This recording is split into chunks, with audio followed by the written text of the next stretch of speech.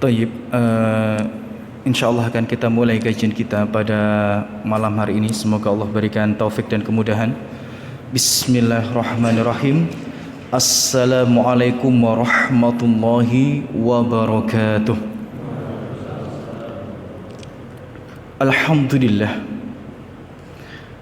Alhamdulillahirabbil alamin wal aqibatu lil muttaqin. Segala puji hanya pantas kita panjatkan kepada Allah. Dan Allah berfirman, saudara-saudariku, ikhwati fillah rahimani wa rahimakumullah, wal aqibatu lil muttaqin. Ini menjadi pengingat untuk kita semua bahwa akhir yang indah itu hanya Allah hadiahkan, hanya Allah persiapkan untuk hamba-hambanya yang bertakwa. Maka barang siapa yang menginginkan cerita yang indah dalam hidupnya diakhiri dengan happy ending, ya, maka hendaknya dia memperbanyak takwa pada Allah Subhanahu wa taala. Dan tidak lupa kami mengajak juga untuk tidak bosan bersolawat kepada manusia terbaik, manusia yang paling mulia, manusia yang paling Allah cinta, yakni Muhammad bin Abdullah sallallahu alaihi wasallam. Dan juga semoga salawat serta salam senantiasa tercurahkan kepada keluarga beliau, anak keturunan beliau, para sahabat beliau, dan wabil khusus terkhusus umat beliau yang senantiasa mengikuti petunjuk dan sunnah-sunnah yang telah beliau tinggalkan alaihi salatu wassalam. Tayyib, semoga Allah mudahkan Bapak Ibu ikhwati fillah rahimani wa rahimakumullah, ya, insyaallah dalam kurun waktu 50 menit ke depan kita akan belajar bersama mengkaji ayat-ayat Allah juga hadis-hadis Rasulullah sallallahu alaihi wasallam di bawah tema atau judul ibadah-ibadah terbaik di bulan Ramadan. Ya, insyaallah ya, 50 menit ke depan, 55 menit ke depan kita akan belajar bersama, ya, di bawah tema atau judul ibadah-ibadah terbaik di bulan Ramadan. Ikhwati fillah, Bapak Ibu rahimakumullah, tidak terasa ya, hanya menghitung hari, kurang dari 10 hari ya, kurang dari 10 hari lagi, ya 10 harian lah, bisa dikatakan 10 hari lagi. Jika Allah berikan kesempatan, kita akan mendapati bulan Ramadan, ya 10 hari lagi, ya sekitar 10 hari lagi, kurang dari 2 pekan ya, kurang dari 2 pekan kita akan mendapati bulan Ramadan. Padahal seolah-olah lebaran itu baru kemarin aja, kita sudah ya mau masuki bulan Ramadan lagi. Dan tentu saja Bapak Ibu rahimani wa rahimakumullah, kita itu tidak punya pilihan. Maksudnya tidak punya pilihan itu bagaimana, Ustadz? Ketika kita mendapati bulan Ramadan itu harus sukses, harus menang, harus berhasil, nggak ada opsi yang lain, nggak ada. Kenapa? Karena siapa yang gagal di bulan Ramadan itu diancam neraka.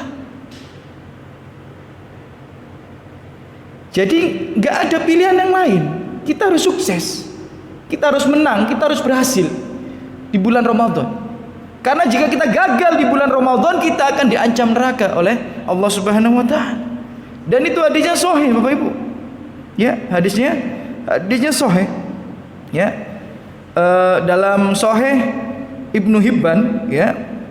Sebagaimana hadis yang sangat masyhur yang sering dibacakan oleh ustadz-ustadz kita, khotib-khotib kita, guru-guru kita menjelang atau saat bulan Ramadan. Rasulullah sallallahu alaihi wasallam menaiki mimbarnya ya dalam suatu ketika, kemudian setiap tingkat mimbar Rasulullah mengucapkan amin, amin dan amin. Ini beda dengan adat biasanya.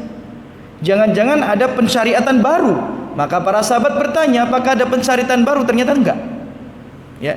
Jadi antum itu juga harus seperti kayak sahabat. Kalau ada hal-hal yang kira-kira itu dibuat ustadz antum dan antum enggak tahu ini merupakan ibadah atau tidak, tanyakan.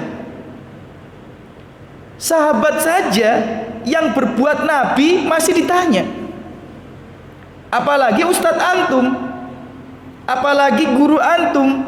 apalagi kiai antum, apalagi orang tua antum. Sahabat saja melihat Nabi melakukan suatu ibadah nggak seperti biasa, jadi tanya, kenapa kok ngucapin amin gitu? Khawatir ada ritual baru, siapa tahu nanti ketika kita naik mimbar itu setiap tingkat ngucapin amin. Ternyata enggak, itu cuma temporary aja itu. Maksudnya hanya ada kejadian tertentu aja. Ya, maka Rasulullah Shallallahu Alaihi Wasallam menjelaskan, ya, Rasulullah Shallallahu Alaihi Wasallam menjelaskan, ya, Atania Jibril, datang kepadaku siapa? Jibril alaihi salam. Atani Jibril, ya, datang kepadaku Jibril alaihi salam. Kemudian Jibril itu berdoa dengan 3 doa yang setiap doanya Rasulullah amini. Maka daripada itu Rasulullah mengucapkan amin 3 kali, gitu maksudnya. Salah satu doa yang dibaca oleh malaikat Jibril, malaikat yang paling mulia, ijma ulama seluruh dunia bahwa malaikat yang paling mulia, paling istimewa ya malaikat Jibril, dan doanya diaminkan oleh manusia yang paling mulia ini Rasulullah Sallallahu Alaihi Wasallam. Ya pasti mustajab doa ini, pasti dijabah. Apa yang didoakan Jibril? Ya Muhammad, wahai Muhammad. Dalam riwayat, rogima anfu abdin. Rogima anfu abdin itu bengkak merah hidung seorang manusia. Tapi ini kiasan. Ya ini apa namanya? Ini bahasa kiasan gitu loh. Misal kalau orang kita ini panjang tangannya, apakah tangannya panjang? Kan bukan. Ini maksudnya apa? Suka mencuri. Hidung belang, apakah hidungnya belang putih hitam? Kan enggak juga. Maksudnya dia suka godain perempuan dan sebagainya gitu. Ya ini bahasa kiasan. Rogima anfu abdin itu artinya celaka dan diancam untuk dimasukkan ke dalam neraka. Ada 3 golongan.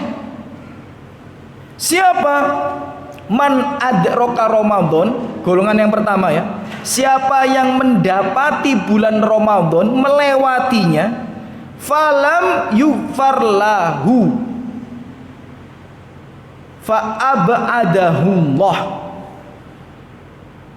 Orang yang mendapati Ramadan, melewatinya, tapi Ramadan yang ia lewati itu tidak membuat dosa-dosanya itu diampuni. Bahkan Allah menjauhkan dia daripada ketaatan. Saya ulang sekali lagi ya. Jadi seseorang melewati bulan Ramadan, dosa-dosanya nggak diampuni, kemudian Allah menjadikan dia jauh dari ketaatan, malas ibadah. Ini ternyata diancam untuk dimasukkan ke dalam neraka. Jadi memenangkan Ramadan itu bukan pilihan, tapi satu-satunya opsi. Nggak ada pilihan yang lain, maksudnya itu. Ya wes itu harus dan tidak boleh tidak. Harus kita menangkan. Karena kalau kita gagal di bulan Ramadan, dosa kita belum diampuni di bulan Ramadan, kita diancam untuk dimasukkan ke dalam neraka. Sama golongan yang kedua kan, waman adraka walidayhi au ahadihima ya, fadakhalan nar fa abadahullah. Ya, golongan yang kedua itu orang yang mendapati kedua orang tuanya semasa hidup. Jadi dia masih sempat hidup mendapati 2 orang tuanya, atau sempat hidup mendapati satu di antara mereka, tapi dia susah untuk selamat dari api neraka, malah diblesek nonan rokok. Kok iso itu bahasa ini ya? Kok bisa ada orang hidup mendapati 1 atau 2 orang tuanya, tapi nggak bisa selamat dari neraka? Ini kok bisa? Padahal dengan berbakti pada orang tuanya, hampir mustahil neraka itu mengadab dia. Nah ngono malah diblesek no Bapak Ibu. Jadi nggak ada opsi aku tak baik sama orang tua dong, itu bukan pilihan. Ya memang itu satu-satunya dan tidak boleh tidak, harus baik sama orang tua apapun kondisi orang tua kita. Ya kembali lagi ya, tidak kita bahas lebih lanjut di sini karena kajian utama kita tentu saja tentang bulan Ramadan. Ya, jadi memenangkan bulan Ramadan, sukses di bulan Ramadan itu ya adalah keharusan. Ya, wajib, karena kalau gagal diancam neraka. Kalau gagal apa? Diancam neraka. Maka daripada itu ada banyak kiat supaya kita sukses dan menang di bulan Ramadan. Ya, diantaranya adalah mengamalkan ibadah-ibadah terbaik di bulan Ramadan. Ya, jadi apa saja sih ibadah-ibadah terbaik di bulan Ramadan yang bisa kita optimalkan, yang bisa kita maksimalkan supaya kita ini termasuk sukses gitu. Di bulan Ramadan menang, nggak diancam dengan neraka oleh Allah Subhanahu wa taala apa? Ya, semoga Allah mudahkan dalam kurun waktu 40 atau 45 menit ke depan, ya sisa 40 atau 45 menit ke depan ini kita belajar bersama, ya Bapak Ibu rahimani wa rahimakumullah, apa saja ibadah-ibadah yang bisa kita upayakan, kita optimalkan, kita maksimalkan supaya kita menang dan sukses di bulan Ramadan.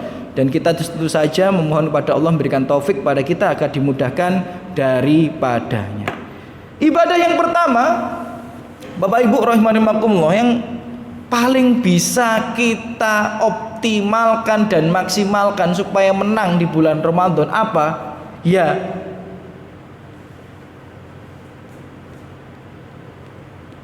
puasa yang diterima. Tak kasih embel-embel. Mboten puasa tok. Ya, puasa yang diterima. Jadi Bapak Ibu rahimani wa rahimakumullah, ya, Bapak Ibu rahimani wa rahimakumullah.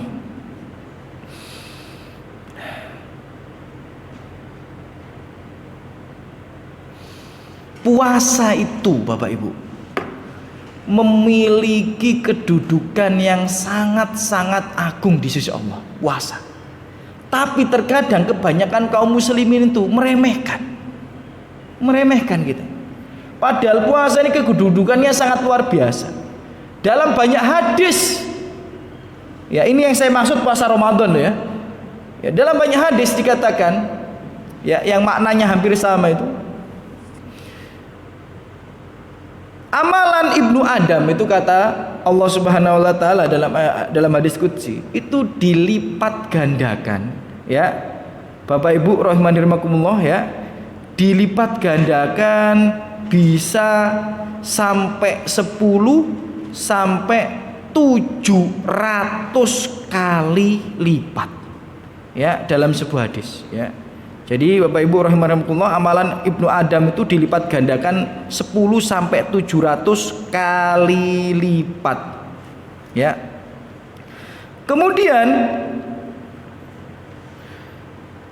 Bapak Ibu rahimani wa rahimakumullah, ya, setelah dilipatkan 10 sampai 700 kali lipat, kata Allah Subhanahu wa taala, illas saum au illas siyam, kecuali puasa.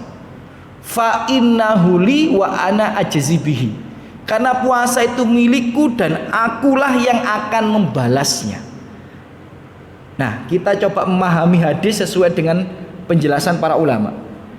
Yang dimaksud hadis ini, ya, adalah kalau kebanyakan amal ibadah itu walaupun dilipat gandakan balasannya tapi masih limited, masih ada batasnya.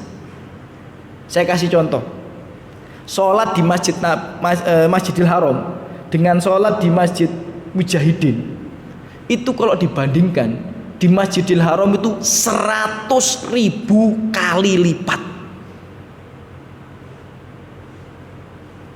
Teman antum sholat sekali di sana supaya pahalanya sama dengan di sini, itu kita ini ngejar berapa kali? 100.000 kali. Apa gak pengkor-pengkor boyok? Tapi masih ada batasan angkanya. Di Masjid Nabawi 1000 kali lipat, di Masjidil Aqsa 500 kali lipat. Hadisnya sahih, tapi masih ada limitednya. Sedangkan puasa niku mboten, Bapak Ibu. Jadi suka-suka Allah gitu maksudnya, itu kayak gitu. Jadi kalau pahala puasa kita mau dibalas Allah 1 juta kali lipat, suka-suka Allah. Pahala puasa kita mau Allah balas 1 triliun kali lipat, ya suka-suka Allah. Nggak ada batasannya. Jadi jangan samakan dua orang yang berpuasa sedangkan mereka mengisi puasanya dengan nilai yang berbeda. Jadi mungkin satu orang ini bisa mendapatkan, kalau dikalkulasikan dengan angka, mungkin 10, yang satunya bisa mendapatkan 10.000. Karena untuk puasa ini unlimited, nggak ada batasannya, suka-suka Allah. Jadi kalau kita ini puasanya dalam tanda kutip ya, dalam tanda kurung ya, diterima oleh Allah Subhanahu wa taala, jos. Insya Allah Ramadan kita ini sukses. Ya, insya Allah Ramadan kita ini apa? Sukses. Masalahnya kebanyakan kaum muslimin puasanya nggak diterima, itu masalahnya. Dalam hadis riwayat Ahmad, rubba shaimin hadduhu min siyamihi al-ju' wal atos. Betapa banyak orang yang berpuasa tidak mendapatkan apapun dari puasanya kecuali lapar dan dahaga. Nah, betapa banyak secara makna. Berarti mayoritas kaum muslimin gak dapat pahala puasa. Padahal kalau kita mendapatkan pahala puasa gak main-main, unlimited balasannya. Jangankan puasa wajib, puasa sunnah saja balasannya dalam hadis riwayat Ahmad, man shoma yauman fisabilillah ba'adahullahu wajahahu anin nari sab'ina khorifan. Siapa yang puasa sunnah, ini konteksnya, satu hari di jalan Allah diterima, maka Allah akan jauhkan wajahnya dari api neraka 70 tahun perjalanan. Ini konteksnya puasa sunnah. Sedangkan yang wajib itu jauh Allah lebih sukai daripada yang sunnah. Cuma saya ulang sekali lagi, mayoritas kaum muslimin puasanya tidak diterima. Hadis riwayat Ahmad dan Ibnu Hibban. Ya, maka saya bilang tadi, kalau Anda pengen sukses Ramadannya agar tidak diancam dengan neraka oleh Allah Subhanahu wa taala, maka Anda harus memaksimalkan ibadah yang pertama itu apa? Puasa yang diterima. Lah, puasa yang diterima itu maksudnya bagaimana Ustadz? Ya jangan sampai Anda jatuh pada pembatal-pembatal pahala puasa. Kalau pembatal-pembatal puasa, insya Allah kita nggak akan jatuh daripadanya. Masa udah tua masih mokel, kan nggak mungkin. Ya nggak mungkin lah tua-tua minum es kelapa pagi hari, kan nggak mungkin kita ini. Ya, kecuali mungkin masih TK dan sebagainya, nggak mungkin. Tapi pembatal-pembatal puasa sangat mungkin. Kalau pembatal puasa, ya sangat mungkin. Dalam sebuah hadis yang sahih riwayat Bukhari, man lam yada' qaulaz zur, siapa yang tidak meninggalkan perkataan dusta. Ya, dalam hadis yang lainnya, innamas siyamu minal lagwi warrafas, sesungguhnya puasa itu yang dibalas oleh Allah Subhanahu wa taala itu ya adalah menahan diri dari perkataan yang sia-sia dan perkataan yang kasar, jorok, lagi vulgar. Nah, jadi Anda ini harus menghindari perkataan dusta, perkataan-perkataan yang ada unsur maksiat. Jadi dijaga lisannya. Kalau tidak, wal amal bihi, mengerjakan hal seperti itu, falaisa lillahi hajah, Allah enggak butuh fi ayyada ta'amahu wa syarabahu. Ya, Allah enggak butuh dia meninggalkan makanannya, Allah enggak butuh dia meninggalkan puasanya. Maksudnya apa? Enggak dibalas apa-apa. Jadi kalau kita puasa masih gibahin orang, kita puasa masih jelek-jelekin orang, kita puasa masih suka ngomong kotor, meso-meso, ngomong jorok, vulgar, ya sia-sia pahala puasa kita. Bisa gagal Ramadan kita nanti. Padahal kalau puasa kita diterima, kemungkinan menang ini ya di bulan Ramadan sangat besar. Ya, kemungkinan menang di bulan Ramadan ya sangat besar. Ya, jadi jangan sampai puasa kita sia-sia. Ya, di antaranya ulama juga mengatakan meninggalkan sholat itu juga membuat semua ibadah kita sia-sia. Jadi Anda di bulan Ramadan tarawih, puasa, sedekah, nggak sholat ya hancur lebur semuanya. Ya, apalagi syirik, tambah menghapuskan semua amal. Ya, jadi yang pertama itu ya ibadah yang bisa kita maksimalkan ya terbaik di bulan Ramadan untuk kita upayakan memenangkan bulan Ramadan ini tentu saja adalah ya puasa yang diterima. Jadi kalau puasa tolong dijaga lisannya. Jangan sampai jatuh pada dosa-dosa yang berkaitan dengan lisan. Ya, terkadang banyak orang meremehkan, tapi faktanya kebanyakan orang puasanya tidak diterima oleh Allah Subhanahu wa taala. Baik. Kemudian Bapak Ibu rahimani wa rahimakumullah. Ya. Apa amalan terbaik ya nomor 2 yang bisa kita maksimalkan, yang bisa kita upayakan ya untuk memenangkan bulan Ramadan supaya nggak diancam neraka, ya menyibukkan diri dengan Al-Quran. Ya, menyibukkan diri dengan apa? Al-Quran. Ya, bagaimana tidak, di surat Al-Baqarah ya 185 itu Allah mengatakan syahrul Ramadan alladzi unzila fihil Quran. Bulan Ramadan, bulan yang di dalamnya diturunkan Al-Quran. Kalau kita baca tafsir ayat ini, maka akan kita dapati ternyata bulan Ramadan itu menjadi istimewa karena Al-Quran diturunkan di dalamnya. Jadi gara-gara Al-Quran turun di bulan Ramadan jadi istimewa. Maka tidak dapat dipungkiri harusnya kita ini menjadikan ibadah yang berkaitan dengan Al-Quran itu kita maksimalkan di bulan Ramadan, baik tilawahnya, baik tadaburnya, ya, baik kajian Al-Qur'annya, itu harus kita maksimalkan.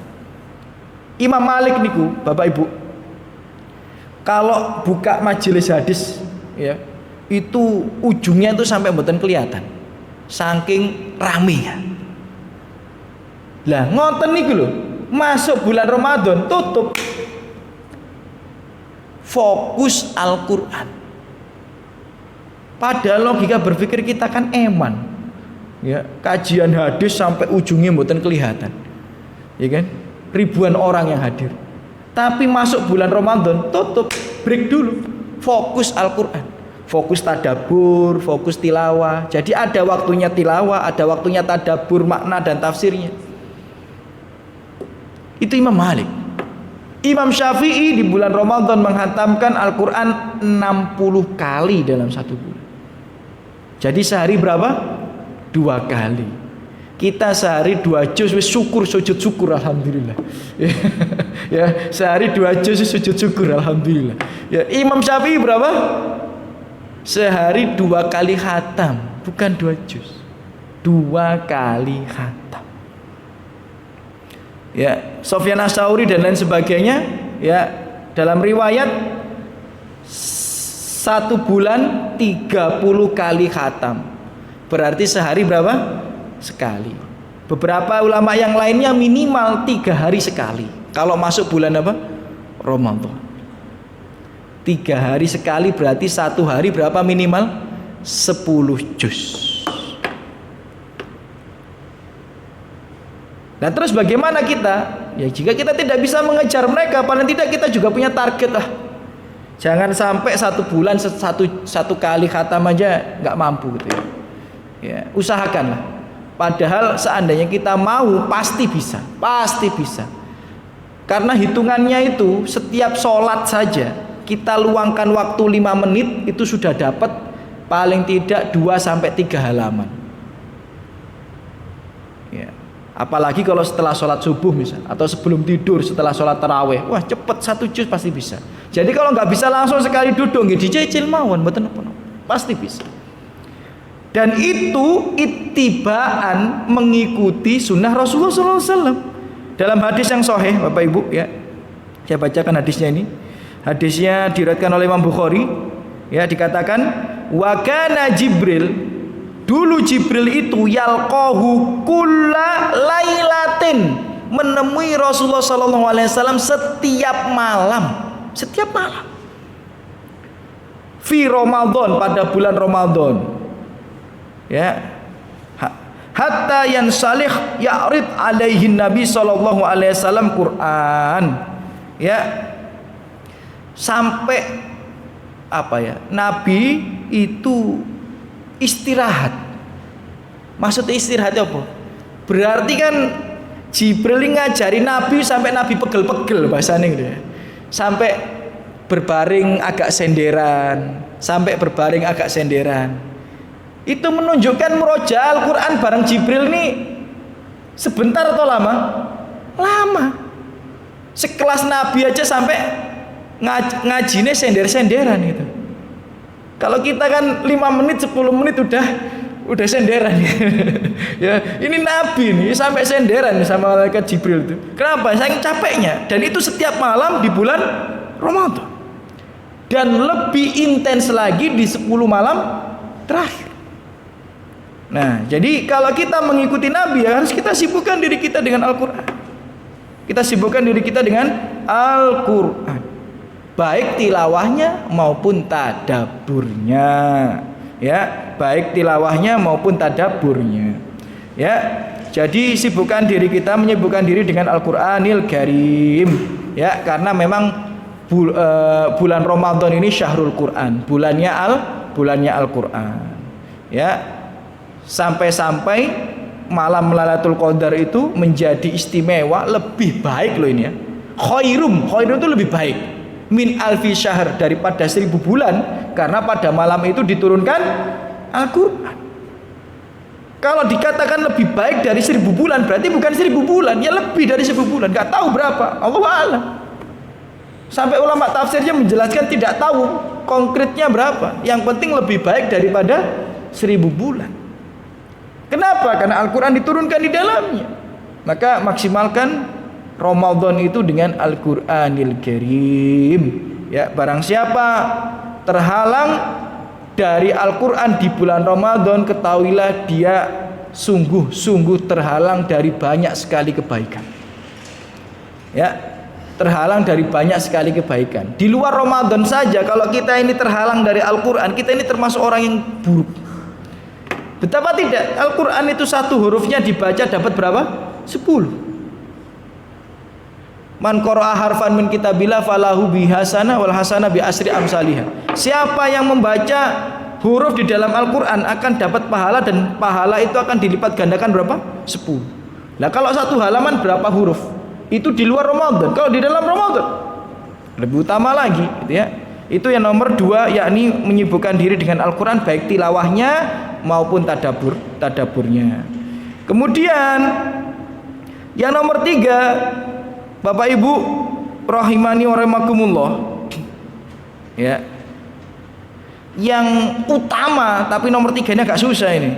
Ya, nomor 1 sama nomor 2 ini insya Allah bisa kita lakukan ya, kita upayakan. Kalau puasa jaga lisannya supaya diterima. Ya, kalau puasa jaga lisannya supaya diterima, ya, hindari maksiat supaya diterima. Ya, kemudian apa nomor 2 tadi, menyibukkan diri dengan Al-Quran. Ya, harus dipaksakan.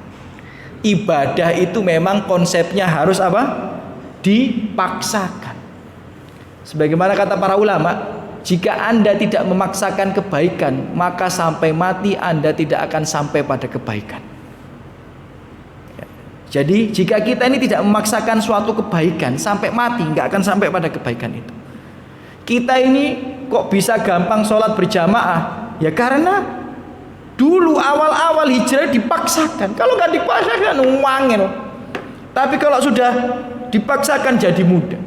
Ya, karena Allah berfirman di akhir surat Al-Ankabut itu, waladina jahadu fina lanahdiyanahum subulana. Siapa yang sungguh-sungguh di jalan kami akan kami berikan petunjuk, akan kami mudahkan. Siapa yang diberikan kemudahan dan petunjuk? Yang bersungguh-sungguh. Jadi antum itu sungguh-sungguh dulu, baru setelah itu akan Allah mudahkan. Kayak gitu. Coba kita introspeksi diri. Yang punya kebiasaan sholat malam, dulu awal-awal Anda sholat malam susah apa tidak? Nggak usah bohong, susah setengah mati. Tapi ketika Anda memperjuangkan hal itu sehari, 2 hari, 3 hari, 2 pekan, 1 bulan, gak pakai alarm lo bangun. Dan kalau sehari Anda nggak sholat malam, rasanya itu hati sempit gitu. Bagaimana gitu? Loh, itu kok bisa seperti itu? Ya, itu tadi konsepnya Al-Ankabut tadi. Siapa yang sudah sungguh-sungguh, ya akan Allah mudahkan. Kalau belum sungguh-sungguh, ya nggak akan Allah mudahkan. Jadi memang ibadah itu paksakan dulu. Setelah Anda paksakan, akan Allah berikan kemudahan. Gitu ya. Paksakan dulu, setelah Anda paksakan, akan Allah berikan kemudahan. Ngaji ba'da subuh abot. Paksakan dulu. Kalau Anda percaya ayat ini, 1 bulan Anda paksakan, bulan berikutnya, wah gampang, enteng, saenteng-enteng. Sholat berjamaah itu, tanya pada orang-orang yang nggak biasa sholat berjamaah, waduh, susah sekali. Tapi kenapa kok kita ini sudah mudah? Karena dulu sudah dipaksakan. Akhirnya Allah berikan kemudahan di janji Allah di akhir Al-Ankabut itu. Jadi konsepnya seperti itu. Ibadah itu kalau kita pengen diberikan kemudahan oleh Allah, paksakan dulu dan paksakan dulu. Kalau Allah melihat kita udah sungguh-sungguh, akan Allah berikan kemudahan. Taib, ya itu nomor 2, menyibukkan diri dengan nomor 3 ini agak abot, tapi pahalanya gawede nih. Apa itu? Ya, amalan-amalan terbaik, ibadah-ibadah terbaik di bulan Ramadan yang bisa kita optimalkan, maksimalkan, upayakan supaya bisa memenangkan bulan Ramadan, gak diancam Allah dengan azab itu ya. Umroh. Ya umroh. Jadi umroh di bulan Ramadan itu spesial. Ya. Ya, umroh di bulan Ramadan itu spesial. Dalam hadis yang sahih, Bapak Ibu ya. Ini hadisnya diriwayatkan oleh Imam Bukhari ya. Hadisnya sahih loh ini. Fa idza jaa Ramadan, kata Rasulullah sallallahu alaihi wasallam, apabila datang bulan Ramadan, fa tamiri, maka tunaikanlah, kerjakanlah umroh olehmu. Fa inna umroh fihi, sesungguhnya umroh di bulan Ramadan itu tak tadil hajj. Dalam riwayat yang lain ma'i. Sesungguhnya umroh di bulan Ramadan itu pahalanya seperti pahala haji bersamaku. Bukan pahala haji loh ini, pahala haji bersama Rasulullah SAW. Makanya kalau udah masuk Ramadan, gak usah ditanya serame apa Masjidil Haram. Bahkan bisa jadi 10 hari terakhir itu lebih ramai daripada tahun haji, bulan haji. Crowded sekali. Kenapa? Ya gara-gara di sini. 1 jam sebelum adzan itu Anda berangkat, sholat di pelataran, wis alhamdulillah.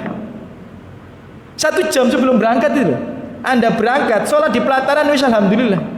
Kebanyakan malah sholat di depan hotelnya masing-masing. Kalau bulan Ramadan itu saking crowdednya, saking macetnya, saking ramenya. Kenapa? Ya gara-gara hadis ini. Ya rebutan tiang-tiang. Ya jadi kalau mampu ya tunaikanlah umroh di bulan Ramadan. Tapi ya lihat kondisi fisik juga. Karena umroh di bulan Ramadan itu akan banyak amalan-amalan sunnah yang kelewat biasanya. Karena saking kreditnya, mau sholat 2 rakaat diusir laskar, langsung disuruh ke tempat sa'i gitu. Ya, mau doa di sofa atau marwah langsung diusir askar, langsung digiring untuk jalan memutar lagi, sa'i lagi gitu. Ya, plus minus lah. Tapi kalau Anda mampu, ya insya Allah itu nilainya seperti haji bersama Rasulullah SAW. Itu yang nomor 3. Nah, yang nomor 4, Bapak Ibu rahimani rahimakumullah, ya amalan-amalan ibadah-ibadah terbaik di bulan Ramadan yang bisa kita maksimalkan, upayakan untuk memenangkan bulan Ramadan supaya nggak gagal, nggak diancam neraka, adalah qiyamul lail. Ya, apa? Qiyamul lail. Saya tidak sampaikan sholat tarawih, karena jika saya sampaikan sholat tarawih seolah-olah membatasi menghidupkan malam Ramadan itu hanya dengan sholat tarawih gitu. Padahal Nabi Muhammad SAW sholat tarawih dalam hidupnya berapa kali? 3 kali. Maka tidak ada alasan ketika Anda kerja shift malam atau punya kesibukan di malam hari, kemudian Anda meninggalkan sholat malam di bulan Ramadan, eman sekali. Hadisnya sahih kan, riwayat Ahmad itu, man qoma ramadanan imanan wahtisaban ghufira lahu ma taqaddama min dambi. Ya, siapa yang berdiri sholat malam loh ini, nggak disebut sholat tarawih di sini. Sholat apa? Sholat malam. Jadi nggak harus sholat tarawih, Bu. Ya, nggak harus sholat tarawih, Ibu. Kalau Anda mau sholat di rumah dan merasa lebih khusyuk di rumah, monggo sholat di rumah. Ya, dengan iman tanpa tercampur kesyirikan, ihtisaban, hanya mengharap dari Allah, bukan gara-gara sungkan karo tanggane, bukan hanya karena ikut-ikutan orang bareng-bareng sholat tarawih dia ikut sholat tarawih, bukan, hanya karena Allah dia lakukan itu. Ghufira lahu ma taqaddama min dambi, diampuni dosa-dosanya yang telah lalu.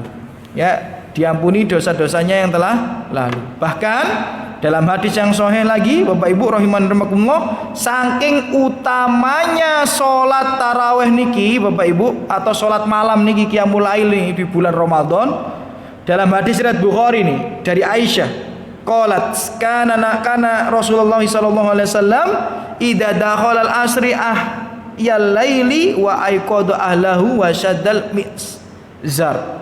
Ya, dalam hadis riwayat Bukhari, saking utamanya sholat malam di bulan Ramadan, Nabi itu sampai-sampai, ya, selain menghidupkan sholat malam, kalau masuk 10 hari terakhir, Nabi itu bukan hanya menghidupkan malamnya sendiri, Nabi keliling ke semua keluarganya. Nabi istrinya ada berapa, Bapak Ibu? Ada berapa?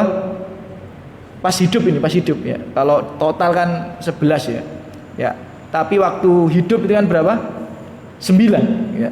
Nah, 9 niku digugai kabeh. Ya, keliling, dibangunkan dan anak-anaknya juga dibangunkan. Jadi bukan hanya istrinya, anak-anaknya juga dibangunkan. Menantu-menantunya dibangunkan semua.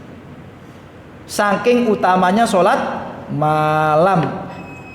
Yang penting nggak bangunkan pacar, nah repot ini. Ya, kan biasanya jomblo-jomblo nih ya.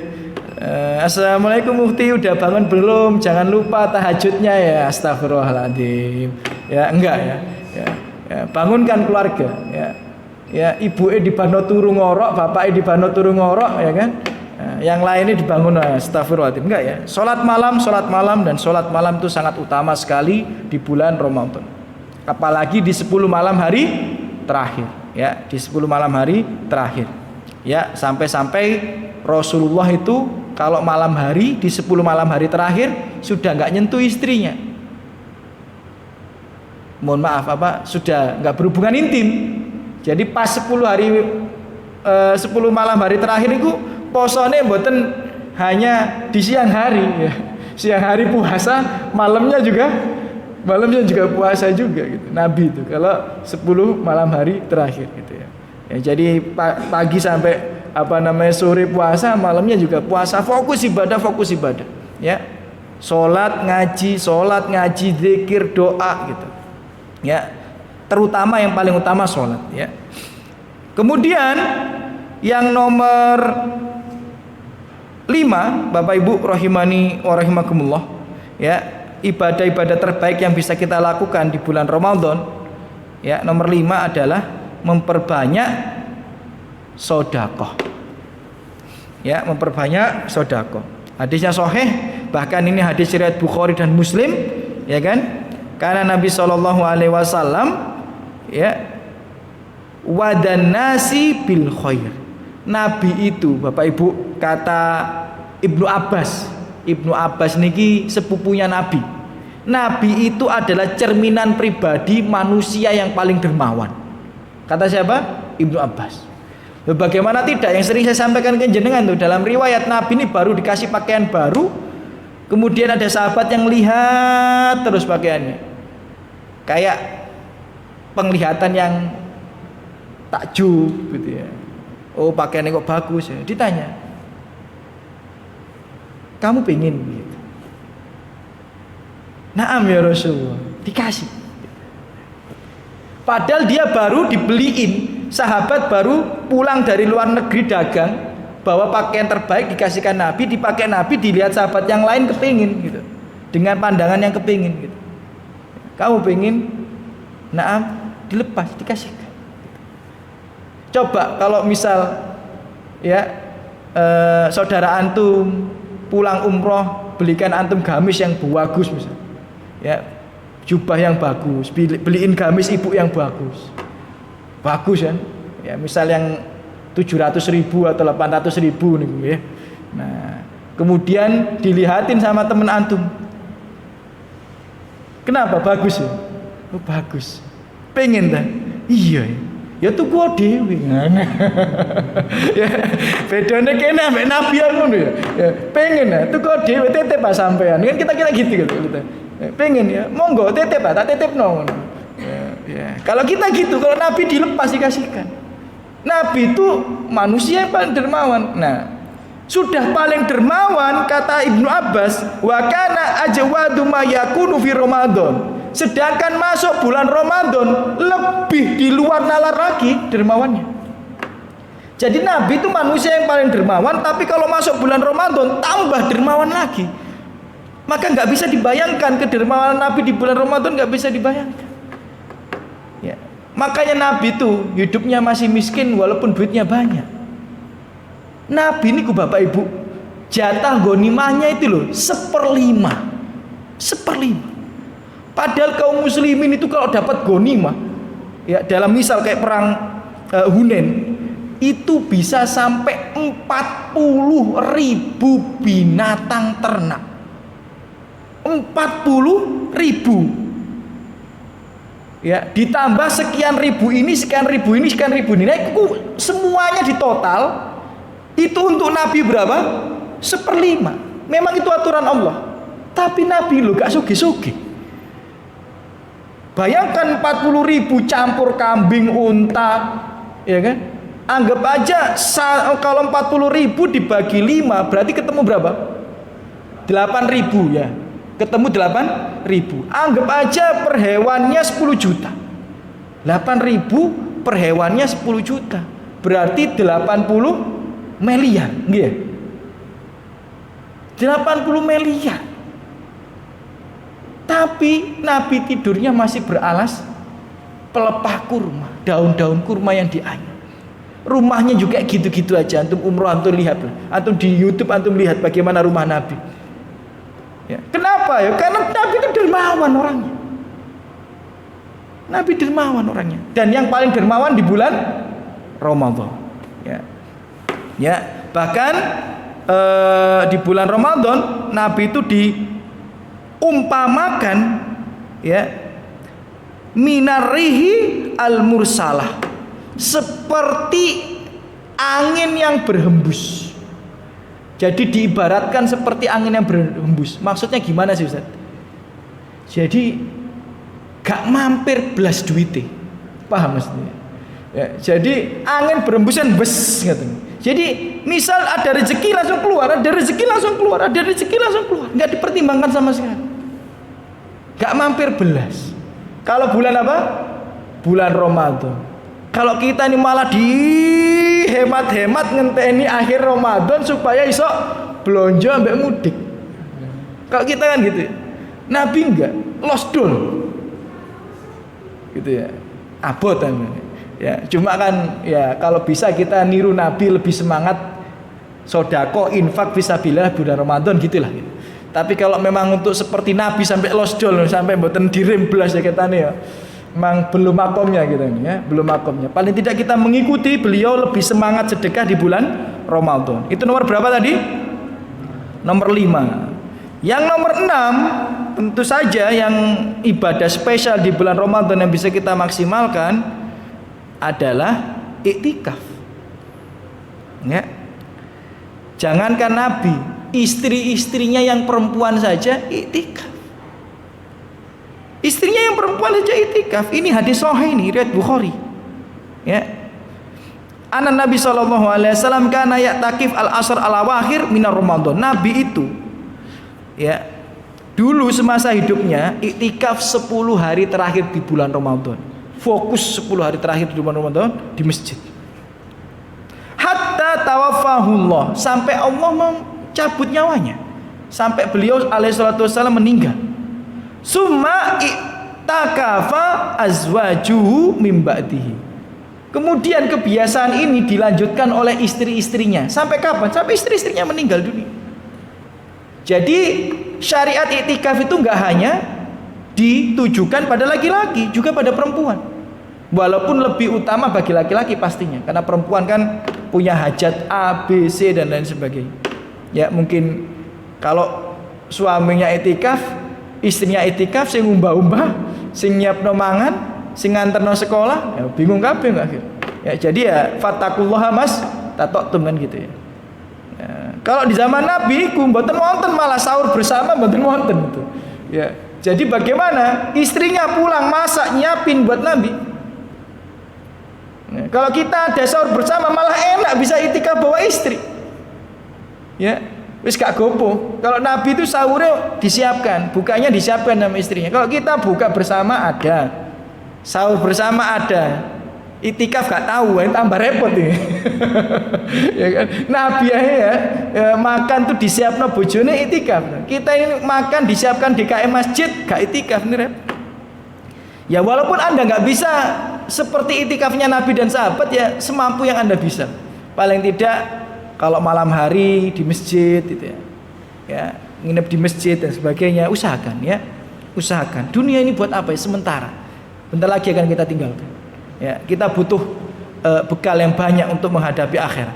Ya, kita butuh bekal yang banyak untuk menghadapi perjalanan akhirat yang begitu panjang dan dahsyat itu. Ya, Bapak Ibu, rahimani wa rahimakumullah. Ya, itu beberapa ibadah yang terbaik di bulan Ramadan yang bisa kita upayakan, yang bisa kita maksimalkan. Tadi dimulai dengan puasa yang diterima, ya. Kemudian nomor 2 apa tadi? Nomor 2 apa? Qiyamul lail, salat malam. Yang ketiga, nomor 2 menyibukkan diri dengan Al-Qur'anil Karim, ya. Nomor 3 umroh. Nomor 4 qiyamul lail, ya. Saya tidak bilang salat tarawih ya, karena Anda tidak harus sholat tarawih untuk menghidupkan malam di bulan Ramadan. Anda bisa sholat di rumah, qiyamul lail, tahajud, ya, nggak apa-apa, ya. Dan memang ulama beda pendapat, sholat tarawih itu boleh lebih dari 11 atau tidak, itu ulama juga beda pendapat. Intinya tolong dihidupkan, ya, tolong dihidupkan. Bahkan perempuan ini ulama sepakat, seandainya dia di rumahnya mampu 11 rakaat seperti di masjid, itu lebih utama sholat di rumah daripada di masjid. Cuma seandainya perempuan ini kalau di rumah cuma 3 rakaat misalnya gitu, ya, tapi di masjid gara-gara koncone akeh semangat bisa 11 rakaat, ya monggo di masjid. Nggak boleh kita larang. Perempuan kalau mau ke masjid nggak boleh kita larang. Cuma hitung-hitungan pahala nih Ibu, ya. Ini hitung-hitungan pahala. Jika Anda di rumah bisa 11 rakaat dan bisa lebih khusyuk karena Anda baca suka-suka Anda, rukuk suka-suka Anda, sujud suka-suka Anda, ya, khusyuk suka-suka Anda, nggak tergantung dengan imam, itu lebih baik di rumah, ya, lebih baik di rumah. Bahkan kalau boleh sesekali Anda nggak harus sholat tarawih di masjid. Misal habis sholat isya berjamaah di masjid, Anda pulang sholat tarawih bersama istri dengan anak-anak di rumah sesekali boleh, nggak ada masalah, ya. Karena jangan pernah berpikir mindset sholat tarawih di masjid itu wajib. Tidak. Ya, beberapa sahabat ya tidak full 30 hari di masjid. Ya, ada beberapa waktu di rumah bersama keluarganya. Ya, tapi kan itu kan kondisional ya.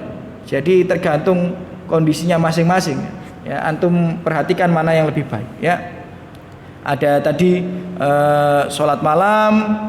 Kemudian ada sodakoh, ya. Setelah itu iktikaf, ya. Jadi itu yang bisa kita upayakan. Kalau ibadah-ibadah yang lainnya, ya kenapa nggak kita sebutkan ya? Misal sholat wajib dan sebagainya itu utama, tapi kan di luar Ramadan itu juga disyariatkan gitu ya. Di luar Ramadan disyariatkan. Nggak mungkin ketika di bulan Ramadan sholat maghribnya jadi 4 rakaat kan nggak mungkin juga gitu ya. Sholat maghribnya jadi 7 rakaat ya nggak mungkin juga sama ya. Dan jangan tinggalkan sholat ya. Jika ada pertanyaan, Ustadz bagaimana orang yang nggak sholat tapi puasa, apakah sholatnya diterima? Tuh, apakah puasanya diterima? Itu ulama memang beda pendapat, bener, itu ulama beda pendapat. Sebagian ulama mengatakan orang yang nggak sholat puasanya nggak diterima. Ya, sebagian ulama mengatakan orang yang nggak sholat puasanya tidak diterima karena kekufurannya atau karena ya sholat itu adalah amalan yang akan pertama kali dicek nanti di pengadilan Allah Subhanahu Wa Taala. Jika dibuka gini sholatnya berantakan, sudah tutup, diseret, dilempar ke neraka. Ya, puasa Anda nggak akan bermanfaat, tilawah Al-Quran Anda nggak akan bermanfaat, sodako Anda nggak akan bermanfaat, umroh haji Anda nggak akan bermanfaat. Ya, jadi jangan remehkan perkara sholat. Ya, itu tidak kita sebutkan karena di luar Ramadan pun kita ini nggak boleh meremehkan sholat gitu ya. Tapi kalau di bulan Ramadan Anda meremehkan sholat, apapun yang Anda upayakan di bulan Ramadan sia-sia.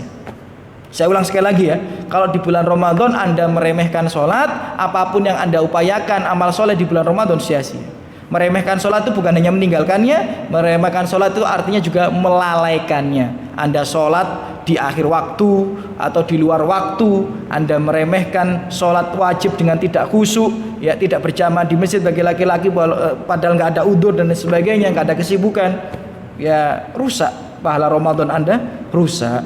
Ya, berikut pula yang harus jadi catatan itu adalah menghindari kesyirikan. Karena percuma Anda kalau banyak amal soleh, kalau berbuat syirik ya sama saja. Kan sering saya sampaikan di sini hadis riwayat Bukhari itu, ya kan? Ketika dijelaskan oleh Rasulullah SAW, orang-orang kafir Quraisy itu tawaf di Ka'bah, tawaf apa? Tawaf haji. Labbaik Allahumma labbaik, tawaf orang kafir Quraisy. Hadis riwayat Bukhari dan Muslim. Labbaik la syarika laka labbaik, enggak. Beda. Jadi labbaik Allahumma labbaik, labbaik la syarikan illa syarikan huwalak. Kayak gitu. Jadi beda lafaz talbiyahnya. Lafaz talbiyahnya itu sesungguhnya engkau tidak punya sekutu kecuali sekutu yang engkau ridhoi. Nah, kayak gitu. Jadi tetap ada apa? Tetap ada kesyirikan di situ. Jadi mereka tawaf, ya kan, dengan melakukan kesyirikan, ya, mengharap kepada patung-patung itu. Ya. Jadi mereka menganggap Allah sebagai Tuhannya, Robnya, tapi mereka juga berdoa pada patung-patung di sekitar Ka'bah. Hasilnya apa? Hajinya sia-sia, umrohnya sia-sia, dan semua ibadahnya sia-sia. Maka sama aja, Anda upaya di bulan Ramadan semaksimal mungkin, tapi pakai jimat, ya sama aja, nggak ada pahalanya sama sekali. Masih nempel kertas tulisan Al-Quran di rumah, ya sama aja. Ya dengan tujuan, maksudnya dengan tujuan supaya mendatangkan maslahat, menolak mudarat, ya sama aja, nggak ada manfaatnya. Bukankah ada seorang laki-laki pakai gelang, kemudian ditanya sama Nabi, apa itu? Ini untuk menghalangiku dari penyakit, ini untuk menghalangiku dari musibah. Apa kata Rasulullah? Fa'in mitta wahya alaika ma'aflah tabadan. Kalau kamu mati dan gelang itu masih di tanganmu, kamu gak akan selamat selama-lamanya, dan gak ada yang bisa ngasih syafaat kamu selama-lamanya. Kenapa? Kan percaya jimat. Jadi orang itu kalau masih berbuat kesyirikan, apapun ibadah yang ia upayakan di bulan Ramadan, ya sia-sia. Ya, jadi semua ibadah itu jangan sampai berantakan gara-gara kita melalaikan sholat, meninggalkan sholat, atau jatuh dalam kesyirikan. Aku qouli hadza, ya sudah 55 menit kita bersama. Apabila ada salah kata, sikap, itu dari saya pribadi, bisikan syaitan, lebihnya dari taufik Allah Subhanahu wa taala. Ya, kita tutup dengan doa. Alhamdulillah wassalatu wassalamu rasulillah. Semoga yang hadir di sini Allah balas dengan sebaik-baiknya balasan, diangkat derajatnya, diampuni dosanya, dilimpahkan rahmat rezekinya, dimudahkan semua urusannya, dan kita dimudahkan untuk mendapati bulan Ramadan dan maksimal ibadah di dalamnya. Allah sembuhkan penyakit-penyakit yang kita miliki dan dihadapi oleh keluarga kita di luar sana, dan semoga Allah angkat musibah yang menimpa kita juga kepada keluarga kita dan orang yang kita cinta. Allah berikan kita husnul khatimah dan dikumpulkan di surga Allah Subhanahu wa taala. Amin ya rabbal alamin. Kita tutup dengan doa kafar majelis. Subhanakallahumma bihamdika asyhadu an la ilaha illa anta astaghfiruka wa atubu ilaik. Assalamualaikum warahmatullahi wabarakatuh.